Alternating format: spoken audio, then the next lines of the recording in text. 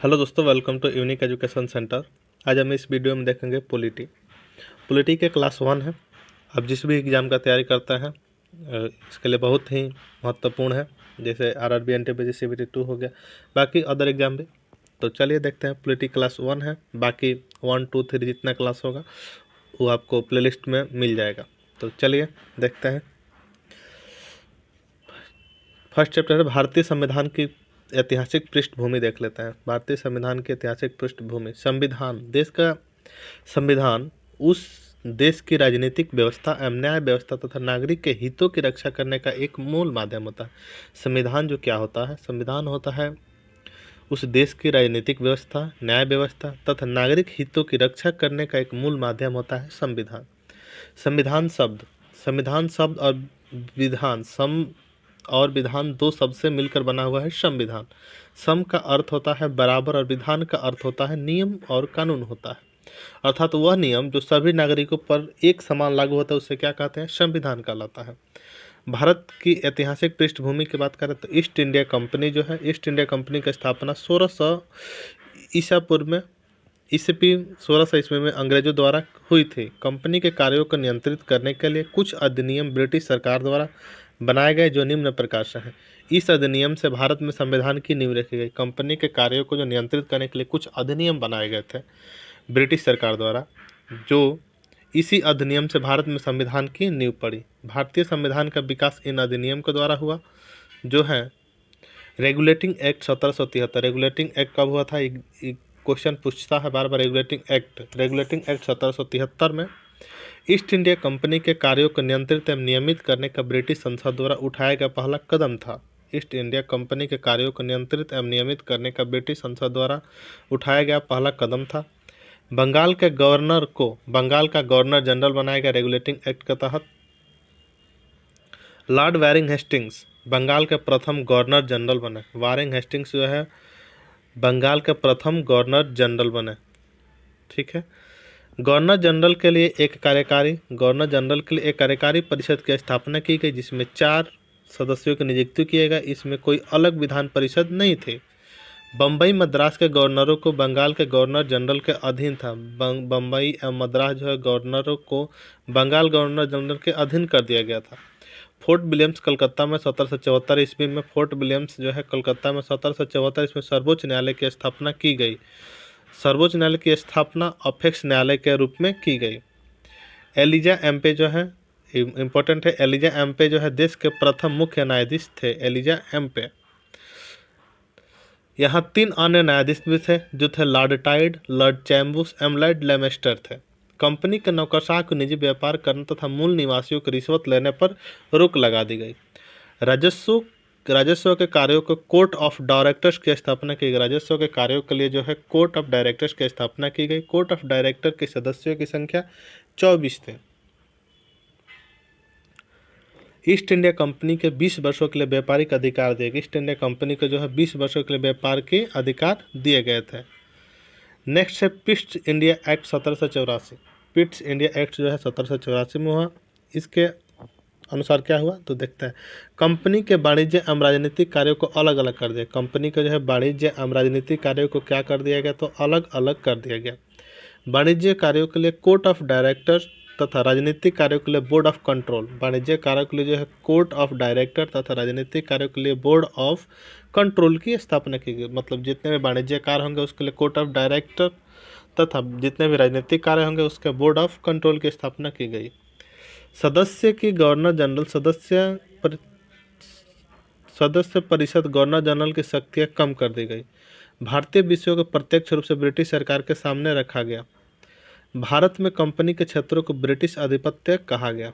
मद्रास और बम्बई गवर्नर परिषद की स्थापना की। मद्रास और बम्बई में जो है गवर्नर परिषदों की स्थापना की गई पिट्स इंडिया एक्ट 1784 के तहत। अब चार्टर्ड एक्ट 1793। तो ईस्ट इंडिया कंपनी के व्यापारिक अधिकारों को 20 वर्ष के लिए बढ़ा दिया गया। चार्टर्ड एक्ट के तहत 1793 में ईस्ट इंडिया कंपनी के जो व्यापारिक अधिकार को 20 वर्ष के लिए बढ़ा दिए गए। इंडियन सिविल सर्विस यानी ICS 21 अप्रैल 1793 को पहली बार आयोजित हुआ। जो सिविल सर्विस डे मनाते हैं 21 अप्रैल को। 1793 में राजस्व बोर्ड एवं राजस्व पुलिस की स्थापना हुई। 1793 में जो है राजस्व बोर्ड एवं राजस्व पुलिस की स्थापना हुई।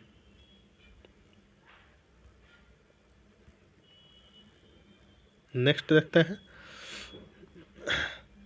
Next chartered act 1793। East India company के व्यापारिक अधिकार 20 वर्षों के लिए बढ़ा दिए गए। ईस्ट इंडिया कंपनी के जो है व्यापारिक अधिकार 1793 तक 20 वर्षों के लिए बढ़ा दिए गए। इंडियन सिविल सर्विसेज के 21 अप्रैल 1793 को पहली बार आयोजित की गई। एवं 1793 में क्या हुआ तो एक राजस्व बोर्ड एवं राजस्व पुलिस की स्थापना की गई। अब नेक्स्ट है कि चार्टर्ड अधिनियम 1813। चार्टर्ड अधिनियम 1813 में केवल 2 व्यापारिक अधिकारों को छोड़कर ईस्ट इंडिया कंपनी के सारे व्यापारिक अधिकार को खत्म कर दिया गया। चार्टर्ड अधिनियम 1813 के तहत क्या हुआ कि केवल 2 व्यापारिक अधिकारों को छोड़कर ईस्ट इंडिया कंपनी के जितने भी सारे व्यापारिक अधिकार थे उसको खत्म कर दिया गया। वो थे चीन चाय का व्यापार एवं चीन के साथ व्यापार, इसको रखा गया, बाकी सबको खत्म कर दिया गया। भारत में कंपनी के व्यापारिक एकाधिकार को समाप्त कर दिया गया। भारत में जो है कंपनी के व्यापारिक एकाधिकार को समाप्त कर दिया गया तथा संपूर्ण ब्रिटिश के लिए खोल दिया गया। भारत में कंपनी के व्यापारिक एकाधिकार को समाप्त कर दिया तथा संपूर्ण ब्रिटिश के लिए खोल दिया गया। अब चार्टर्ड अधिनियम 1833। बंगाल का गवर्नर को भारत का गवर्नर जनरल बनाया गया। चार्टर्ड अधिनियम 1833 के तहत भारत के प्रथम गवर्नर जनरल लॉर्ड विलियम बेटिक थे। भारत के जो है प्रथम गवर्नर जनरल थे वो लॉर्ड विलियम बेटिक थे। यह केंद्रीकरण की दिशा में प्रथम स्थान था। यह केंद्रीकरण की दिशा में जो है प्रथम स्थान था।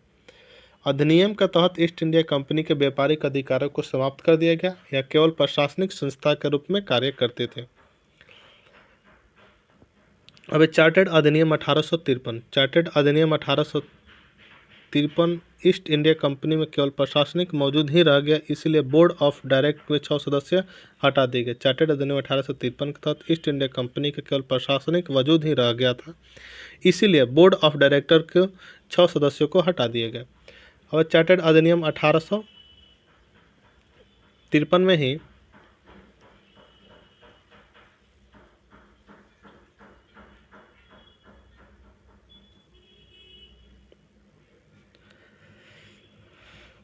बोर्ड ऑफ से 6 सदस्यों को हटा देगा। 1853 में पहली बार ICS के लिए लिखित परीक्षा आयोजित की गई। 1853 में जब पहली बार ICS की लिखित परीक्षा आयोजित की गई। गवर्नर जनरल परिषद की विधायी एवं कार्यपालिका कार्यों को अलग अलग कर दिया गया। केंद्र विधान परिषद में 6 सदस्य कर दिए गए। इन सदस्यों में से 4 को बम्बई, मद्रास, बंगाल, आगरा एवं प्रांतीय सरकारों की नियुक्ति के लिए दिया गया। सिविल सेवकों की भर्ती के लिए प्रतियोगिता प्रणाली परिचित करवाया गया। सिविल सेवकों की भर्ती के लिए प्रतियोगिता प्रणाली परिचित करवाया गया।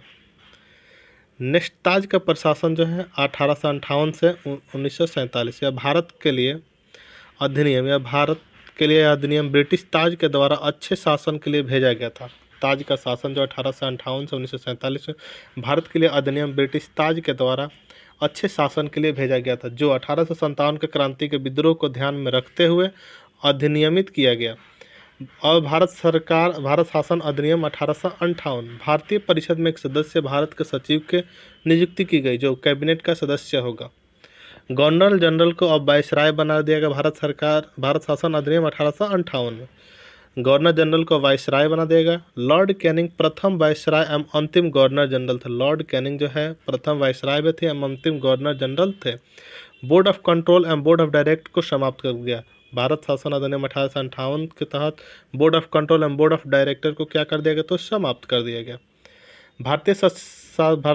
भारत परिषद अधिनियम 1861। 1860 में पहली बार जेम्स विल्सन के द्वारा भारतीय बजट प्रस्तुत किया गया। 1860 में जो है पहली बार जेम्स विल्सन के द्वारा भारतीय बजट प्रस्तुत किया गया। इनकम टैक्स की शुरुआत की गई। भारत परिषद अधिनियम 1861 के तहत इनकम टैक्स की शुरुआत की गई। इनकम टैक्स के जनक की बात करें तो लॉर्ड कैनिंग थे। इनकम टैक्स के जनक लॉर्ड कैनिंग थे। प्रथम बार भारतीयों को प्रतिनिधित्व प्रदान किए गए एवं गवर्नर जनरल की कार्यकारी विधान परिषद एवं जैसी संस्थाओं कि भारतीयों की नियुक्ति के लिए 3 भारतीयों को अब नेक्स्ट देखते हैं भारत परिषद अधिनियम 1892। प्रथम बार अप्रत्यक्ष चुनाव से परिचय करवाया गया। प्रथम बार जो अप्रत्यक्ष चुनाव से परिचय करवाया गया। विधान परिषद का आकार बढ़ा दिया गया। विधान परिषद के कार्यों को वृद्धि की गई एवं बजट पर चर्चा करने एवं कार्यपालिका के प्रश्न करने का अधिकार दिया गया। भारत परिषद 1892 के तहत विधान परिषद के कार्यों को वृद्धि की गई एवं बजट पर चर्चा करने का कार्यपालिका को प्रश्न करने का अधिकार दिया गया। भारत शासन अधिनियम 1892 के तहत। नेक्स्ट है भारतीय परिषद अधिनियम। भारतीय परिषद अधिनियम, इस अधिनियम को मार्ले मिंटो सुधार अधिनियम के नाम से जाना जाता है। भारत परिषद अधिनियम 1909 है जो इसे किसके नाम से भी जाना जाता है, तो इसे मार्ले मिंटो सुधार अधिनियम के बीच से भी जाना जाता है। भारत परिषद अधिनियम को लॉर्ड मार्ले भारत का सचिव तथा लॉर्ड मिंटो तत्कालीन वायसराय थे। भारत शासन अधिनियम 1909 के तहत जो सचिव तथा लॉर्ड मिंटो तत्कालीन वायसराय थे। विधान परिषद के लिए प्रत्यक्ष चुनाव कराया गया तथा प्रथम बार प्रतिनिधित्व लोकतंत्र परिचित करवाया गया। केंद्रीय विधान परिषद की सदस्य संख्या 16 से बढ़ाकर 60 कर दी गई। सांप्रदायिक प्रतिनिधित्व की प्रणाली की शुरुआत की गई तथा मुसलमानों के लिए पृथक निर्वाचन की व्यवस्था की गई। मुसलमानों के लिए पृथक निर्वाचन की व्यवस्था की गई। प्रथम बार वायसराय की परिषद में भारतीयों की नियुक्ति की गई। सत्येंद्रनाथ प्रसाद सिन्हा को कानूनी सदस्य नियुक्त किया गया। भारत सरकार अधिनियम 1919, इस अधिनियम को मॉन्टेग्यू चेम्सफोर्ड सुधार अधिनियम के तहत जाना जाता है। भारत शासन अधिनियम 1919 है, इस अधिनियम को जो मॉन्टेग्यू चेम्सफोर्ड सुधार अधिनियम के रूप में भी जाना जाता है, क्योंकि मॉन्टेग्यू राज्य सचिव थे और चेम्सफोर्ड भारत के वायसराय थे। केंद्रीय विषयों को सीमांकन किया गया एवं उन्हें प्रांतीय विषय से अलग कर दिया गया। दोहरी शासन योजना के तहत प्रांतों को द्वैध शासन की शुरुआत की गई। द्वैध शासन प्रणाली के तहत प्रांतीय विषय को दो भागों में बांटा गया, हस्तांतरित एवं दूसरा आरक्षित। आरक्षित विषयों के तहत राज्यपाल विधान परिषद के उत्तरदायी नहीं था। आरक्षित विषयों के तहत जो राज्यपाल जो थे विधान परिषद के उत्तरदायी नहीं था। प्रथम बार केंद्र में द्विसदनीय व्यवस्था को अपनाया गया। राज्य परिषद में 60 सदस्य तथा विधान परिषद में 140 सदस्य कर दिए गए। प्रत्यक्ष निर्वाचन व्यवस्था की शुरुआत की गई। केंद्रीय लोक सेवा आयोग की स्थापना का प्रावधान किया गया। भारत शासन अधिनियम 1919 के तहत।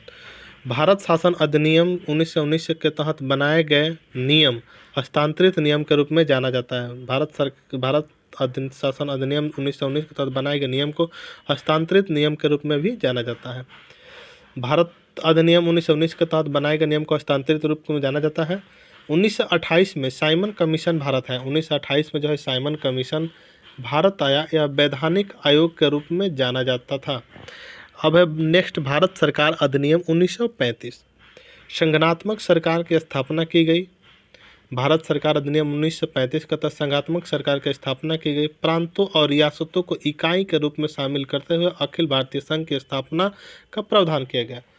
भारत सरकार अधिनियम 1935 के तहत संघात्मक सरकार की स्थापना की गई एवं प्रांतों रियासतों को इकाई के रूप में शामिल करते हुए अखिल भारतीय संघ की स्थापना का प्रावधान किया गया था। अधिनियम द्वारा केंद्र एवं उसकी इकाइयों के मध्य शक्तियों के 3 सूचियों में बांटा गया। संघ सूची में 59 विषय, प्रांतीय सूची में 54 विषय एवं सीमावर्ती सूची में 36 विषय। प्रांतों में द्वैध शासन समाप्त कर दिया गया एवं प्रांतीय स्वायत्तता प्रदान की गई। इस समय 6 प्रांत थे। भारत शासन अधिनियम का था, इसमें 6 प्रांत थे: असम, बंगाल, बम्बे, बिहार, मद्रास एवं संयुक्त प्रांत। संघीय न्यायालय की स्थापना का प्रावधान किया गया। संघीय न्यायालय की स्थापना का प्रावधान किया गया। भारतीय परिषद को समाप्त कर दिया गया। केंद्र में द्वैध शासन की शुरुआत की गई एवं अवशिष्ट शक्तियां गवर्नर जनरल को दी गई। चलिए नेक्स्ट है कि भारत स्वतंत्रता अधिनियम 1947। इसके द्वारा भारत को स्वतंत्र और संपूर्ण राज्य घोषित किया गया। इसके द्वारा जो है भारत को स्वतंत्र संप्रभु राज्य घोषित किया गया। केंद्र एवं राज्यों के उत्तरदायी सरकार का गठन किया गया। भारत स्वतंत्रता अधिनियम 1947 के तहत वायसराय के पद को समाप्त करके गवर्नर जनरल बना दिया गया। संविधान सभा को दोहरे कार्यों को सौंपे गए। संविधान और विधायिका को एक संप्रभु निकाय के रूप में घोषित किया गया। महत्वपूर्ण तथ्य देख लेते हैं। चार्टर्ड अधिनियम 1833 से पहले अधिनियमों के रेगुलेटिंग अधिनियम के बाद रेगुलेटिंग अधिनियम के बाद अधिनियमों कहा गया। लॉर्ड वारिंग हेस्टिंग्स 1772 में जिला कलेक्टर पद बनाया। लॉर्ड वारिंग हेस्टिंग्स जो है 1772 में जिला कलेक्टर का पद बनाया, लॉर्ड वारिंग हेस्टिंग्स। लेकिन न्यायिक शक्तियाँ जिला कलेक्टर को बाद में कॉर्नवालिस द्वारा प्रदान की गई। बना तो दिए लॉर्ड वारिंग हेस्टिंग्स, लेकिन इस न्यायिक शक्तियाँ को जिला कलेक्टर को बाद में लॉर्ड कॉर्नवालिस द्वारा प्रदान की गई। लॉर्ड मेयो को वित्तीय विकेंद्रीकरण के संकल्प में भारत का स्थानीय स्वशासन का विकास किया।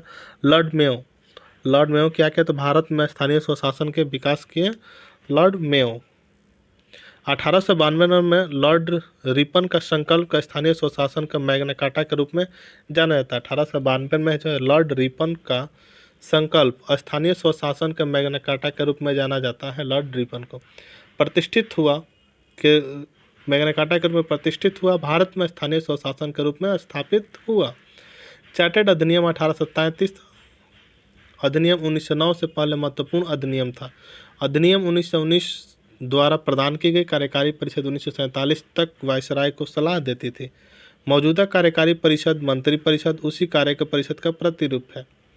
विधान परिषद एवं विधानसभा आज़ादी के बाद राज्यसभा एवं लोकसभा के रूप में विकसित हुई। विधान परिषद एवं विधानसभा जो है आज़ादी के बाद राज्यसभा एवं लोकसभा में के रूप में विकसित हो गई।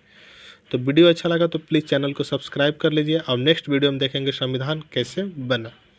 तो मिलते हैं नेक्स्ट क्लास में। वीडियो अच्छा लगा तो प्लीज़ चैनल को सब्सक्राइब कर लीजिए, अपने दोस्तों के साथ शेयर कर लीजिए।